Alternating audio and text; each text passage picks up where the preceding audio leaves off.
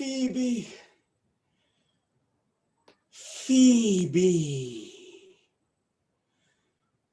Oh, Corn, that thou knewest how I do love her.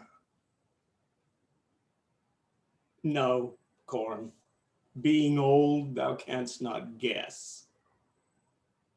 Though, in thy youth, thou wast as true a lover as ever sighed upon a midnight pillow. But if thy love were ever like to mine, as sure, I think never did man love so. How many actions most ridiculous hast thou been drawn to by thy fantasy? Oh, thou didst then never love so heartily, if thou rememberest not the slightest folly that ever love did make thee run into, thou hast not loved. Or if thou hast not sat as I do now, wearing thy hearer in thy mistress' praise, thou hast not loved. Or if thou hast not broke from company abruptly, as my passion now makes me, thou hast not loved.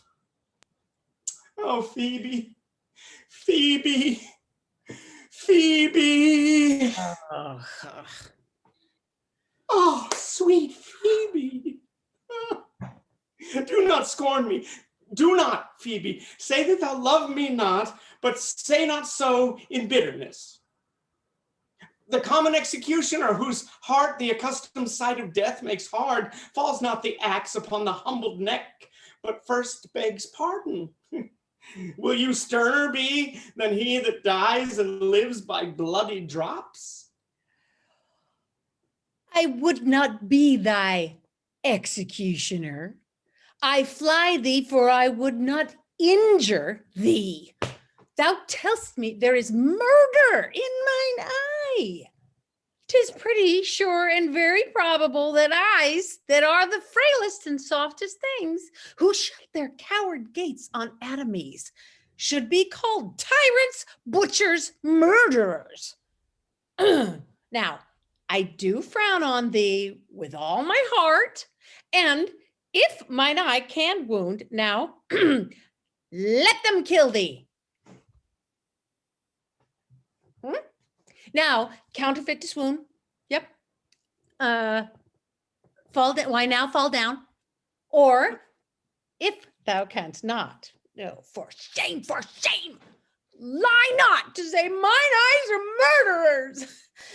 Now, show the wound mine eye hath made thee. Scratch thee but with a pin, and there remains some scar of it.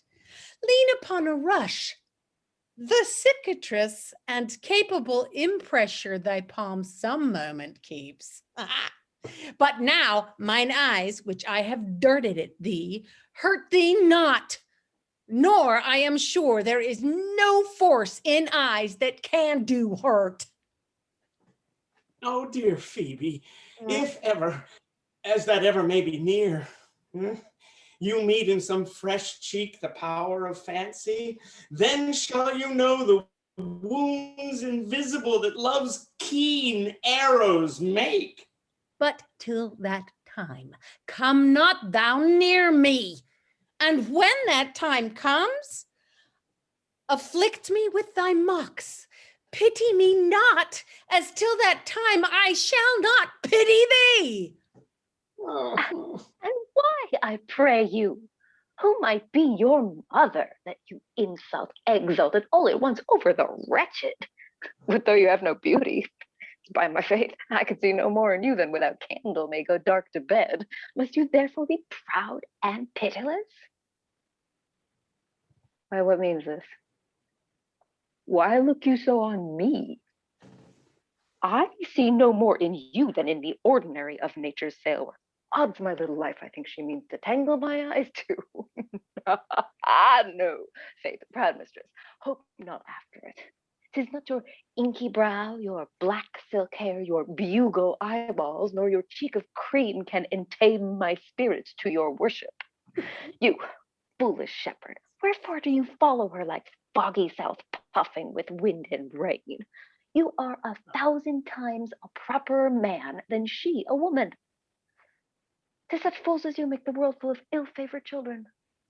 'Tis not her glass, but you that flatter her, and out of you she sees herself more proper than any of her lineaments can show her. But mistress, know thyself. Down on your knees and thank heaven, fasting for a good man's love. For I may tell you, friendly in your ear, sell when you can. You are not for all markets. Cry the man mercy. Love him. Take his offer. Foul is most foul, being foul to be a scoffer. So take her to you, shepherd. Fare you well. Sweet youth, I pray you chide a year together. I had rather hear you chide than this man woo. He's fallen in love with your foulness, Oh, and she'll fall in love with my anger. If it be so, as fast as she answers thee with frowning looks, I'll sauce her with bitter words. Why look you so upon me? for no ill will I bear you. I pray you, do not fall in love with me, for I am falser than vows made in wine. Besides, I like you not. Oh, if you will know, my house sits at the tuft of olives here hard by. Shepherd, ply her hard. Shepherdess, look on him better, and be not proud. If 'tis all the world could see, none could be so abused in sight as he. Take her to you, shepherd. Dead shepherd, now I find thy saw of might. Whoever loved that loved not at first sight.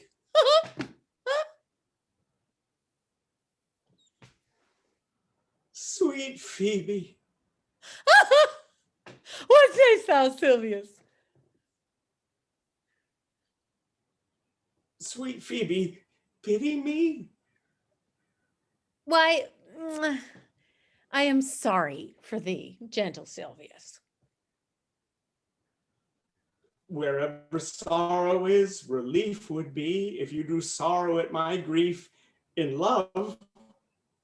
By giving your love your sorrow, by giving love your sorrow and my grief were both extermined. Thou hast my love. Is that not neighborly? Yeah, I would have you. Why, that were covetousness, Silvius. The time was that I hated thee, and yet it is not that I bear thee love. I will endure, and I'll employ thee too. But do not look for further recompense than thine own gladness that thou art employed. So holy and so perfect is my love, and I in such a poverty of grace, that I shall think it a most plenteous crop to glean the broken ears after the man that the main harvest reaps. Loose now and then a scattered smile, and that I'll live upon. Knowst thou the youth that spoke to me ere while? Not very well, but I have met him off, and he hath bought the cottage and the bounds that the old Carlot once was master of. Think not I love him, though I ask for him. 'Tis but a peevish boy, yet he talks well. But what care I for words? Yet words do well when he that speaks them pleases those that hear. It is a pretty youth. No, not very pretty, but sure, he's proud. And yet his pride becomes him. He'll make a proper man. The best thing in him is his complexion, and faster than his tongue did make offense, his eye did heal it up. Was not very tall, yet for his years tall.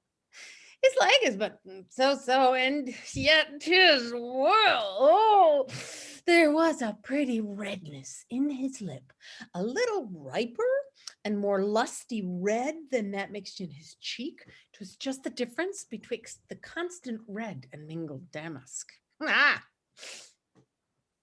There be some women, SILVIUS, that had they marked him in parcels, as I did, would have gone near to fall in love with him. But for my part, I love him not, or hate him not. And yet I have more cause to hate him than to love him.